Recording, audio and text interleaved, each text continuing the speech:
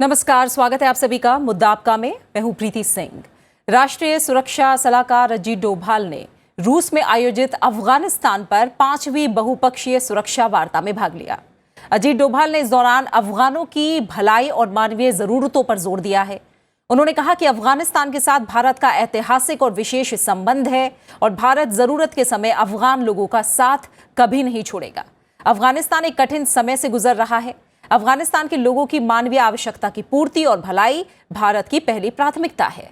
खाद्य सुरक्षा और चिकित्सीय आपूर्ति पर फोकस करते हुए भारत अब तक अफगानिस्तान को 40,000 मीट्रिक टन गेहूं, 60 टन औषधि, 5 लाख कोविड टीके और इसके अलावा तमाम कपड़े और 28 टन आपदा राहत की सामग्री भेज चुका है। अजीत डोभाल ने अफगानिस्तान में एक समावेशी और प्रतिनिधि सरकार के आह्वान और आतंकवाद से लड़ने के लिए सामूहिक प्रयासों की आवश्यकता पर जोर दिया है। उन्होंने ये भी कहा कि किसी भी देश को दूसरे देशों में आतंकी गतिविधियों को अंजाम देने के लिए अफगानिस्तान की धरती का इस्तेमाल करने की अनुमति नहीं होनी चाहिए और अफगानिस्तान के प्राकृतिक संसाधनों का उपयोग सबसे पहले उसके अपने लोगों की भलाई के लिए किया जाना चाहिए। इस बैठक में भारत के अलावा रूस, ईरान, कजाकिस्तान, किर्गिस्तान, चीन, ताजिकिस्तान, तुर्कमेनिस्तान और उज्बेकिस्तान के प्रतिनिधि भी उपस्थित थे। मुद्दा आपका में आज बात मुश्किल दौर से गुजर रहे अफगानिस्तान में सुरक्षा की स्थिति और मानवीय चुनौतियों समेत विभिन्न मुद्दों की करेंगे और इस पर चर्चा के लिए मेरे साथ जुड़ रहे हैं 3 खास मेहमान। मेरे साथ स्टूडियो में मौजूद हैं डॉक्टर अरविंद गुप्ता, जो कि डायरेक्टर हैं विवेकानंद फाउंडेशन के और साथ ही फॉर्मर डिप्टी एनएसए हैं। बहुत बहुत शुक्रिया आपका डॉक्टर गुप्ता और स्वागत है मुद्दा आपका में। हमारे साथ जुड़ रहे हैं Sanjay Bhardwaj, professor, school of international studies, JNU. आपका बहुत बहुत स्वागत है संजय भारद्वाज जी। इसके अलावा मेरे साथ फॉर्मर एम्बेसडर अशोक सज्जनहार चर्चा में जुड़े हुए हैं। अशोक जी, बहुत बहुत शुक्रिया और स्वागत आपका भी। शुरुआत अरविंद गुप्ता जी आपके साथ करेंगे। आज जब हम अफगानिस्तान को लेकर, उसकी सुरक्षा स्थितियों को लेकर बात कर रहे हैं तो कुछ बातें दोहराना यहाँ जरूरी है। 1.5 साल पहले तालिबान ने जब अफगानिस्तान की सत्ता अपने हाथ में ली, तब से लेकर मानवाधिकार हनन के मामले लगातार बढ़ रहे हैं, खासतौर से महिलाओं से जुड़े मामले। लेकिन अफगानिस्तान में चिंता की बात सिर्फ यही नहीं है, अर्थव्यवस्था की हालत चिंताजनक है और यहाँ हमने देखा 2 दशक तक अमेरिकी सैनिकों की देखरेख में सब कुछ चला और इसके बाद जब अमेरिकी सैनिकों ने लौटना शुरू किया, अफगानिस्तान की स्थिति पहले से भी डावाडोल हुई। अर्थव्यवस्था यहाँ खस्ता हाल है और सबसे गरीब देशों में कहीं ना कहीं अफगानिस्तान दुनिया के शामिल है। पोषण लोगों को ठीक से नहीं मिल रहा है, लोग भूखे हैं 86% के करीब और ये दुनिया में सबसे ज़्यादा तादाद है। तमाम जो स्थितियां परिस्थितियां हैं, हम जानते हैं कि पाकिस्तान जो है वो दशकों से अफगानिस्तान के लोगों, संस्कृति और विरासत के खिलाफ आतंकवाद का पोषण कर रहा है और उसका उपयोग कर रहा है। इन तमाम हालातों के बीच रूस में अफगानिस्तान पर जो 5वीं बहुपक्षीय सुरक्षा वार्ता हुई है, बदलते समय और परिस्थितियों के लिहाज से कितनी अहम मानते हैं आप इस वार्ता को? जी, ये वार्ता जो हुई है ये बहुत अहम है और इस वार्ता में मुझे लगता है कि जो बदलते परिप्रेक्ष्य है अफ़गानिस्तान का, उस पर चर्चा करने का एक मौका मिला है और पिछले 1-1.5 साल में बहुत बदलाव आया है। रूस और यूक्रेन के बीच में जो लड़ाई हो रही है उसका भी एक रीजनल इम्पैक्ट हुआ है और हमने ये भी देखा है कि जो तालिबान से जो अपेक्षाएं थी इंटरनेशनल कम्युनिटी को, वो बिल्कुल भी पूरी नहीं हुई है। जैसे आपने कहा कि मानव अधिकारों का हनन वहाँ हो रहा है और ख़ासकर औरतों की और बच्चियों की पोजीशन वहाँ बहुत ख़राब है। उनकी अब एजुकेशन भी उन्होंने ब्लॉक कर दी है और ये भी देख रहे हैं कि वहाँ पे आतंकी हमले वहाँ पे बहुत बढ़ते जा रहे हैं। और एक इंटरेस्टिंग चीज़ ये है कि पाकिस्तान, जिसका कि एक बड़ा हाथ है तालिबान को वापस लाने का, अब पाकिस्तान और अफ़गानिस्तान के बीच में भी संबंध बड़े ख़राब हो गए हैं और पाकिस्तान अफ़गान बॉर्डर पे आए दिन कुछ ना कुछ होता रहता है। सोल्जर्स दोनों तरफ से मारे जा रहे हैं, तो स्थिति ख़राब होती जा रही है। और अजीत डोभाल साहब ने जो कहा अपने वक्तव्य में वहाँ, वो बिल्कुल ठीक है और इससे ये पता चलता है कि जितने भी राष्ट्रीय सुरक्षा सलाहकार वहाँ इकट्ठे हुए, उनको एक मौका मिलेगा कि ये नई परिस्थितियाँ जो हो रही हैं उसके परिप्रेक्ष्य में अफ़गानिस्तान की जो अंदरूनी स्थिति है वो बदतर होती जा रही है और उसका रीजनल सिक्योरिटी के लिए चैलेंजेस बढ़ते जा रहे हैं, और ख़ासकर भारत के लिए। तो इसमें आगे मिलजुल के क्या किया जा सकता है, तो इस को उनको इसके ऊपर बात करने का मौका मिला, और मुझे लगता है कि इसका ये बड़ी वार्ता अहम रही है। बिल्कुल। अशोक जी, जैसा डॉक्टर गुप्ता ने भी जिक्र किया कि आतंकी हमले अफ़गानिस्तान में बढ़ रहे हैं, और जो रूस और यूक्रेन के बाद जो उपजे हालात हैं उनका भी कहीं ना कहीं असर अफ़गानिस्तान पर भी डायरेक्टली इनडायरेक्टली पड़ेगा। इन सब के बीच जो आतंकवाद से लड़ाई है, जो वैश्विक कोशिशें, आम सहमति आतंकवाद से लड़ाई के खिलाफ जो बन रही थी, आपको लग रहा है कि इस मौजूदा दौर में कुछ ना कुछ दरार आई है, उसे पाटने में वक्त लगेगा, और जो विश्व राजनीति का मौजूदा दौर है उससे कहीं ना कहीं वैचारिक दूरियां और बढ़ने की आशंका है। दुनिया की सत्ता में बंटवारा जो है वो नए सिरे से समीकरण बन रहे हैं, तमाम जो जियोपॉलिटिकल चीज़ें हैं वो हम तेज़ी से बढ़ती देख रहे हैं। एक अलग तरह की होड़ है, पश्चिमी देशों और संस्थाओं के दबदबे में कमी आई हो, या फिर हम एक कहें कि दुनिया जो बहुपक्षवाद की ओर निर्णायक रूप से आगे बढ़ रही है, कहीं ना कहीं इन सब स्थितियों का अफगानिस्तान में किस तरह से असर पड़ रहा है, और आतंकवाद की स्थिति को लेकर अगर हम अफगानिस्तान के अंदर बात करें तो किस तरह के हालात आप फिलहाल मान रहे हैं वहां?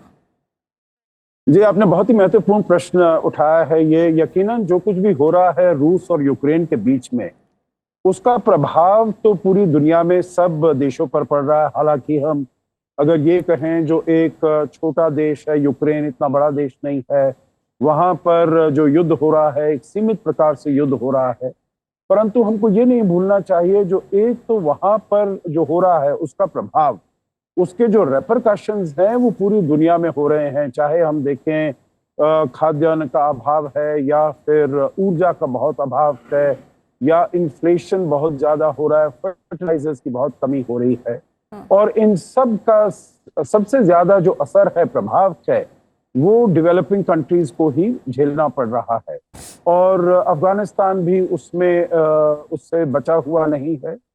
और इसीलिए भारत ने, जैसे आपने बताया, हमने 50,000 टन वहां पर गेहूं भेजने का निर्णय लिया था, उसमें 40,000 टन हमने वहां भेज दिया है। बहुत ही मात्रा में वहां पर, चाहे वो दवाइयां हों या वैक्सीन हों, वो हमने किया है। परंतु जहां तक आतंकवाद का प्रभाव है वो हम देख रहे हैं, उसके ऊपर फोकस, उससे ऊपर से फोकस बिल्कुल भी नहीं हटना चाहिए। और मैं ये कहूँगा जो भारत के जितने प्रयास रहे हैं, चाहे प्रधानमंत्री मोदी या हमारे विदेश मंत्री डॉक्टर जयशंकर या national security adviser Ajit Doval, इन सब ने आतंकवाद के ऊपर से फोकस नहीं हटने दिया है। पूरी दुनिया को ये बताते रहे हैं जो इसके आतंकवाद सबसे बड़ी चिंता है पूरे विश्व के लिए, और हम सबको मिलकर काम करना पड़ेगा। देखिए, एक और बहुत महत्वपूर्ण चीज जो हुई है अफगानिस्तान में, जो अभी 1.5 साल से ऊपर हो गया है वहां पर तालिबान की सरकार आए हुए 15 अगस्त 2021 में, परंतु एक भी विश्व की सरकार ने, देश ने उनको अभी तक मान्यता नहीं दी है। हालांकि आपको याद होगा, जो जब शुरुआत हुई थी 15 अगस्त को, जब तालिबान वहां पर आया था, तो ये कहा जा रहा था तो पाकिस्तान तो यकीनन बहुत ही जल्दी मान्यता दे देगा, और फिर चीन और रूस और ईरान, ऐसे बहुत से देश थे जो ये समझा जा रहा था जो जल्दी से उसको मान्यता दे देंगे और काम सीधा चलता रहेगा। पर मैं ये कहूँगा, जो ये भारत की कूटनीति की बहुत बड़ी सफलता है, जो भारत ने, तब भी भारत एक चुनाचे देशों में रहा होगा जिसने कहा था जो जब तक वहां से आतंकवाद को उसकी धरती के ऊपर, उसका प्रयोग के ऊपर बंदिश नहीं लगाई जाती, वो उसके ऊपर रिस्ट्रेंट नहीं किया जाता, और वहां पर एक इंक्लूसिव और रिप्रेजेंटेटिव गवर्नमेंट नहीं आती है जिसमें कि महिलाओं के अधिकार सुरक्षित हों, जो वहां पर बच्चियां हैं उनको स्कूल जाने का पूरा उनको पॉसिबिलिटी हो, माइनॉरिटीज के जो हक हैं, जो राइट्स हैं, उनको सुरक्षित किया जा सके। तो इसीलिए भारत का ऐसे जो मुलाकात है, जो ये नेशनल सिक्योरिटी एडवाइजर्स की, जैसे आपने कहा 5वीं मुलाकात है, उसमें जाना और सभी जो भी पड़ोसी देश हैं वो सभी वहां पर आए हुए हैं, उनसे बातचीत करना और उन सबको एक ही प्लेटफॉर्म पर लाना, जो ये वाले जो बेसिक चीजें हैं आतंकवाद के ऊपर और रिप्रेजेंटेटिव गवर्नमेंट के ऊपर, ये भारत के मैं कहूंगा बहुत ही अच्छी सफलता रही है। आपको ये भी मालूम ही है प्रीति जी, अब हमारे सुनने वालों को देखने वालों को मालूम है, जो भारत की अध्यक्षता में जब भारत यूएन सिक्योरिटी काउंसिल का प्रेसिडेंट था अगस्त 2021 में, 15 दिन के अंदर अंदर जब यहाँ पर जो सरकार का बदलाव हुआ था, तो तब भारत ने रेजोल्यूशन 2593 वहां पर एडॉप्ट किया था भारत की अध्यक्षता में, और वो मैं समझता हूं अभी तक टेम्पलेट बनकर चल रहा है, जिससे कि अफगानिस्तान में आगे जो कुछ करना है वो सभी देश मिलकर उसी टेम्पलेट के अकॉर्डिंग देंगे। तो इसीलिए मैं कहूंगा भारत की जो इसमें पार्टिसिपेशन है बहुत ही महत्वपूर्ण है, और सभी देशों को एक ही प्लेटफॉर्म पर लाने के लिए इसका बहुत बड़ा योगदान और हाथ है। बिल्कुल, भारत का जो पार्टिसिपेशन है उसे लेकर अशोक जी आपने तमाम बातें बताई हैं। भारत की बात हम करें उससे पहले हम थोड़ा सा संजय भारद्वाज जी से समझते हैं कि अफगानिस्तान हम जानते हैं बहुत छोटा सा देश है, लेकिन तांबा, आयरन, लिथियम का समृद्ध भंडार है, प्राकृतिक संसाधन भरे पड़े हैं, और जो मौजूदा खनिज है उनकी कीमत $1 ट्रिलियन तक हो सकती है। 1.6 बिलियन बैरल कच्चे तेल का भंडार है। तमाम चीज़ें हैं जो कहीं ना कहीं प्राकृतिक संसाधनों को लेकर उसे बहुत बड़ा बनाती हैं, और दुनिया भर में इसे लेकर खेमेबंदी होने के भी संकेत हैं। फिलहाल जो बात अभी डॉक्टर गुप्ता ने भी उठाई थी कि चीन से किस तरह के मतभेद हो रहे हैं, पाकिस्तान से किस तरह का मनमुटाव हो रहा है, इन सब के बीच आपको क्या लग रहा है, नया नज़रिया या नया पक्ष अगर हम चीन और पाकिस्तान के नज़रिए से देखें, या फिर हम रूस, ईरान और बाकी देशों की हित कहीं ना कहीं समझें अफगानिस्तान के नज़रिए से, इस समय क्या माहौल है?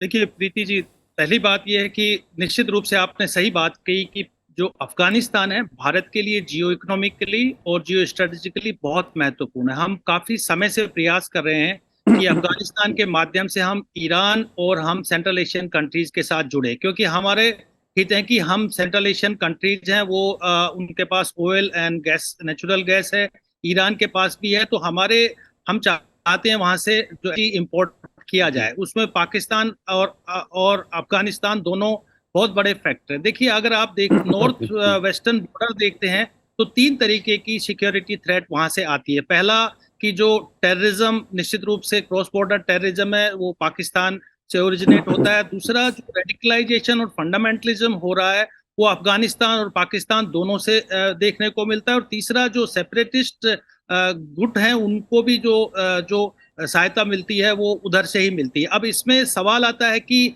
चीन और पाकिस्तान की बात करते तो मैं कहूँगा दोनों ही अनडेमोक्रेटिक रास्ते पे चलते हैं। दोनों का हित है कि किस तरीके से इस क्षेत्र में भारत को डिस्टेबलाइज किया जाए कभी से ही, चाहे वो उनके अपने ज्वाइंट प्रोजेक्ट्स हों या आप ये कहिए कि आतंकवादियों को यूएन लिस्ट में डालने की बात हो या कोई दूसरे मुद्दे हो, तो चीन निश्चित रूप से पाकिस्तान के साथ खड़ा हुआ नजर आता है और पाकिस्तान हमेशा उनका जो डीप स्टेट है वो अपनी गतिविधियां करता रहता है। देखिए भारत इसमें इन दोनों को समझते हुए भारत ने भी सकारात्मक एक रुख अपनाया। भारत का एक कंस्ट्रक्टिव यूनिलैटरलिज्म बहुत सक्रिय रहा अफगानिस्तान के संदर्भ में और सेंट्रल एशियन कंट्री साथ, खासकर जब हम कनेक्ट सेंट्रल एशिया पॉलिसी की बात करते हैं या बाद में हम जिस तरीके से बढ़े, 2 बातें बहुत महत्वपूर्ण। पहला, भारत ने कोशिश किया एक सॉफ्ट पावर के रूप में कैसे हम अफगानिस्तान को कल्टीवेट कर सकते हैं। आप देखिए कि पिछले 20 साल में जो भारत ने लगभग $3 बिलियन का इन्वेस्टमेंट किया है, डिफरेंट सेक्टर में किया है, स्मॉल प्रोजेक्ट्स और बेसिकली डिमांड बेस्ड प्रोजेक्ट रहे हैं।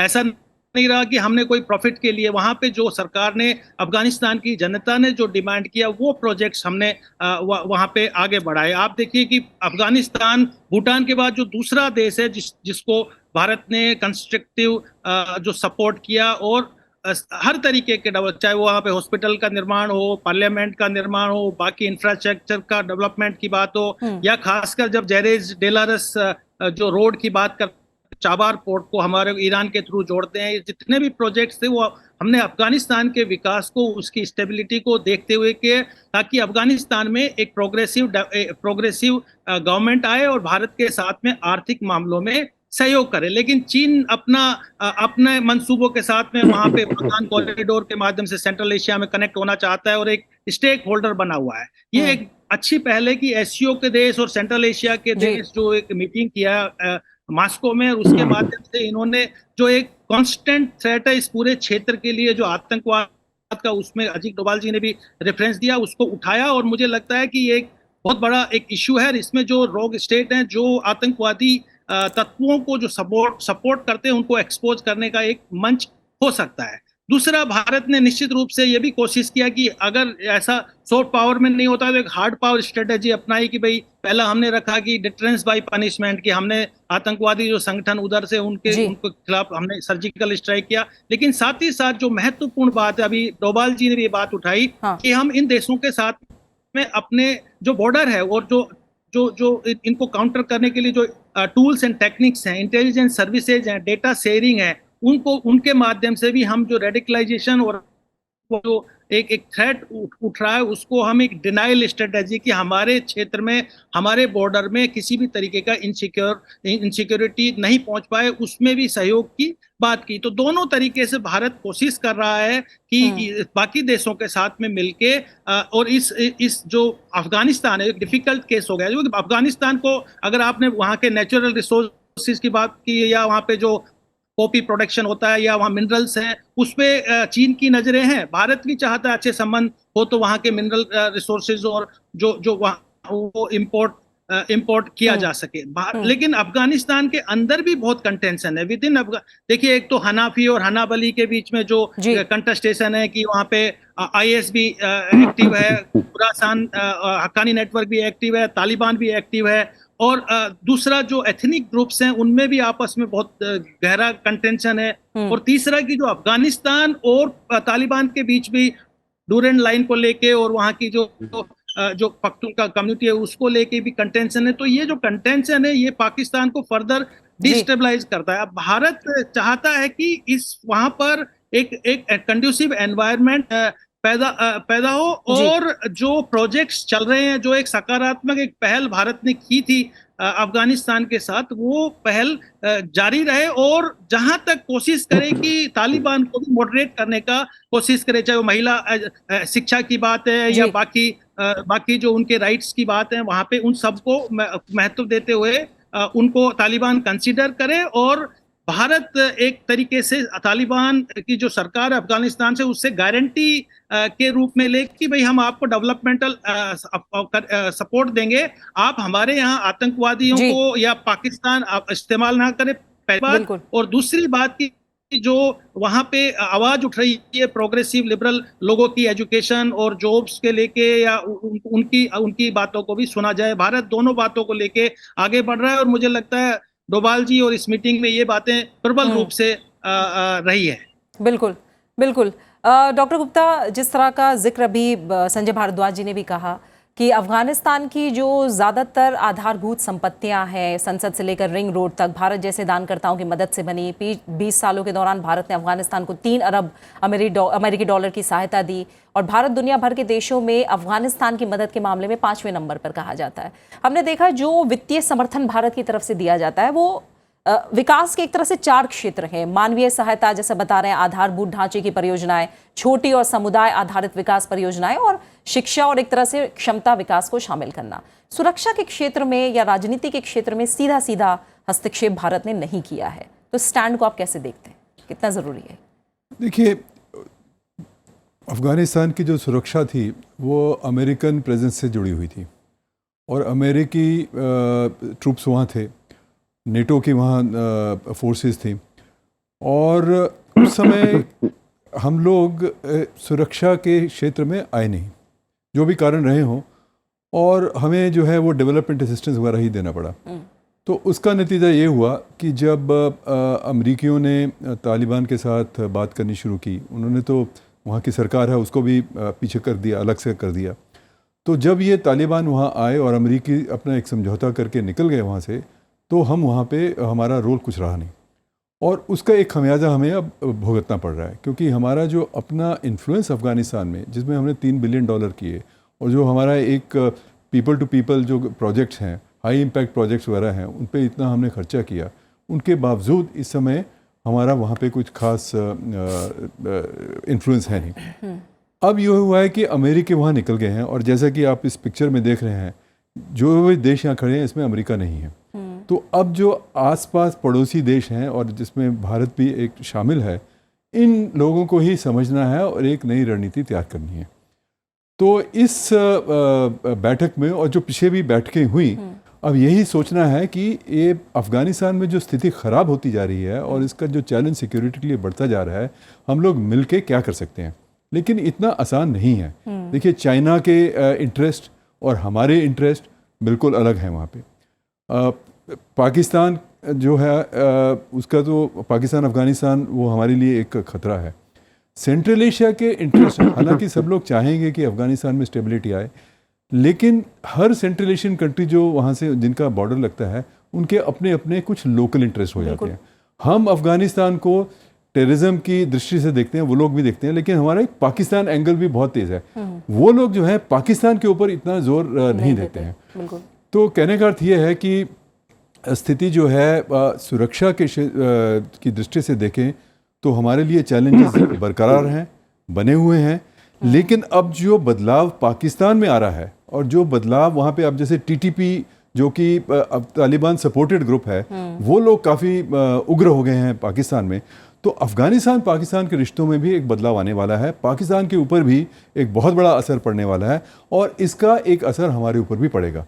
तो सुरक्षा की दृष्टि से चैलेंजेस जटिल हैं, और अभी कहना मुश्किल है कि ये अफ़गानिस्तान पाकिस्तान में जो स्थिति डेवलप हो रही है उसका असर हमारी तरफ कैसा होगा। लेकिन ये अच्छी बात है कि हम लोग इस अपने नेशनल सिक्योरिटी एडवाइज़र के जो एक बड़ा अच्छा एक ग्रुप उभर के आया है उससे जुड़े हैं। और दूसरा, हमारा थोड़ा बहुत प्रेजेंस अब अफ़गानिस्तान में ह्यूमैनिटेरियन असिस्टेंस की वजह से, और हमारा एक वहाँ ऑफिस भी खुल गया है, तो उसकी वजह से अब थोड़ा बढ़ रहा है। एक जो चीज़ हमें देखनी है कि जैसे कि डोवल जी ने एक बहुत इंपॉर्टेंट चीज़ कही, उन्होंने ये कहा कि हम अफ़गानिस्तान में स्टेक होल्डर थे, स्टेक होल्डर हैं और स्टेक होल्डर रहेंगे। तो जो बदलाव होते हैं वो तो होते रहते हैं, लेकिन जो लॉन्ग टर्म पर्सपेक्टिव में हमारा अफ़गानिस्तान के साथ सदियों का रिश्ता है, तो हमें एक लॉन्ग टर्म अप्रोच इसमें लेनी चाहिए, और कभी थोड़ा वेट एंड वॉच भी करना चाहिए, और देखते हैं कि स्थिति कैसे। लेकिन आज भारत एक अच्छी स्थिति में हो रहा है धीरे धीरे, क्योंकि हमारी अपनी क्षमताएं जो है बढ़ती जा रही हैं, और पाकिस्तान की हालत जो है वो ख़राब होती जा रही है। तो इसका फ़ायदा शायद हमको मिले, और हम लोग जो वहाँ स्थिति उभर रही है उस पर हो सकता है कि थोड़ा सा कंट्रोल कर पाएं। अशोक जी, जैसा अब डॉक्टर गुप्ता ने भी कहा है कि स्थितियां जटिल हैं, उतनी आसान नहीं है अगर अफगानिस्तान को लेकर बात की जाए, क्योंकि हर देश के, हर इलाके के अपने अपने हित हैं अफगानिस्तान को लेकर, और जो स्थितियां अफगानिस्तान के अंदर हैं वो बेहद चिंताजनक सभी के लिए हैं। आपने एक बात कही कि आतंकवाद के मुद्दे को और जो हम मानवीय हालात हैं इस मुद्दे को भी बार बार उठा रहे हैं, बार बार इस मुद्दे पर अंतर्राष्ट्रीय जो एक तरह से मंच है उनका ध्यान केंद्रित रखना, क्या यही स्ट्रैटेजी को आप बेस्ट समझते हैं इस समय भारत के लिए? और हम जानते हैं कि जो G20 के विदेश मंत्रियों की बैठक से कुछ हफ्ते पहले ही रूस में ये बैठक हुई है सुरक्षा वार्ता अफगानिस्तान पर, तो ऐसे में इस माहौल को आप कैसे देख रहे हैं? भारत का जो स्टैंड है और जो चैलेंजेस हैं उस पर आप क्या कहेंगे अभी? देखिए, दो चीजें मैं इसमें कहना चाहूंगा। एक तो भारत बहुत ही पैनी नजर रखे हुए है जो कुछ भी अफगानिस्तान में हो रहा है, और उसको बिल्कुल भी उसके ऊपर से अपना ध्यान वो हटाना नहीं चाहता है।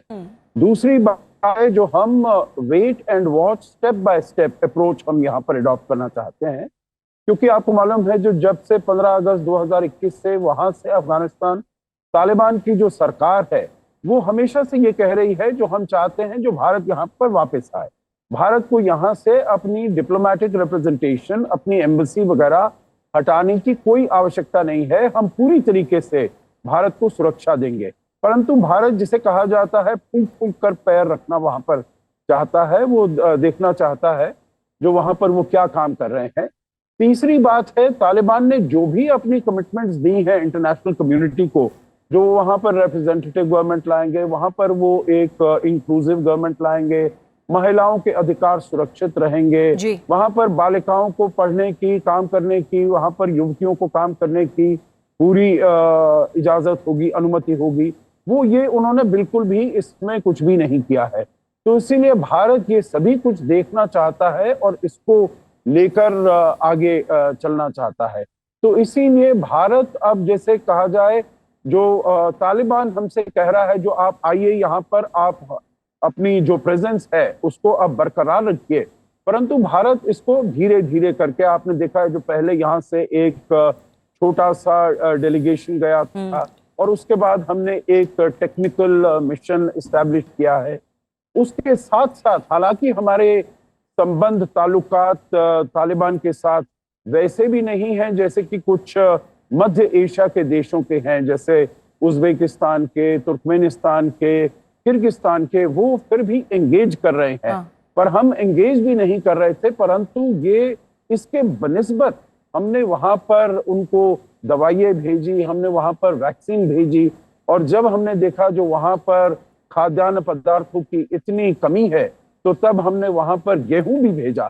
तो इसीलिए हम अपने जो संबंध हैं वहां के लोगों के साथ, अफगान लोगों के साथ, अफगान की जनता के साथ, उनको हम अलग उस पर रख रहे हैं, पटरी पर रख रहे हैं, और जो हमारे संबंध है तालिबान सरकार के साथ वहां पर वो उनको और अलग पटरी पर रख रहे हैं। बिल्कुल। आखिरी बात मैं प्रीति जी इसमें यही कहूंगा, जो देखिए जो तहरीक तालिबान पाकिस्तान और जो पाकिस्तान के अंदर ये जो खटपट हुई है, पाकिस्तान ये समझ रहा था जो जब तालिबान वहां पर आएगा तो वो टीटीपी के ऊपर कुछ अंकुश डालेगा, परंतु ऐसा कुछ नहीं हुआ है। और हमने देखा है जो टीटीपी के जो घटनाएं हैं पाकिस्तान में वो और बढ़ रही हैं।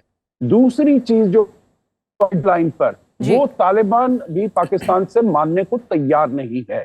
तो इसीलिए ये एक मौका है जो तालिबान और पाकिस्तान के अंदर उन दोनों के बीच में तनातनी लगी हुई है। तो इसका जो कुछ भी हम फायदा उठा सकते हैं थोड़ा, तो वो हम पूरा उठाने का प्रयास कर रहे हैं। बिल्कुल। और इसी के साथ समय क्योंकि यहीं पूरा हो गया। अशोक सज्जनहा जी आपका, डॉक्टर अरविंद गुप्ता आपका और संजय भारद्वाज जी, आप तीनों मेहमानों का बहुत बहुत शुक्रिया मेरे साथ आज मुद्दा आपका में इस चर्चा में जुड़ने के लिए। आप इस कार्यक्रम को YouTube पर भी देख सकते हैं और अपनी राय और सुझाव हमारे साथ साझा कर सकते हैं। अपना अच्छे से ख्याल रखिए और फिलहाल मुझे दीजिए इजाजत। नमस्कार।